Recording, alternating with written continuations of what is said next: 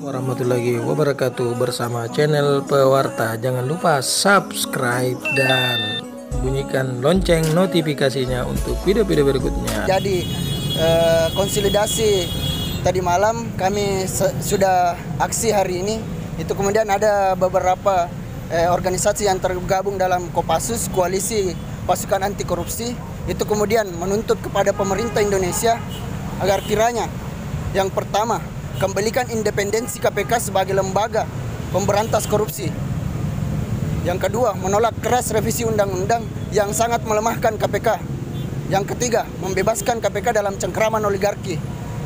Yang keempat, usut tuntas kasus-kasus korupsi yang belum terselesaikan sampai hari ini. Itu saja, demikian tuntutan-tuntutan yang kami rembukan tadi malam dalam konsolidasi. Mungkin sekian dan terima kasih. Assalamualaikum warahmatullahi wabarakatuh. Apakah ada tuntutan lain nanti lagi? Pergerakan lainnya?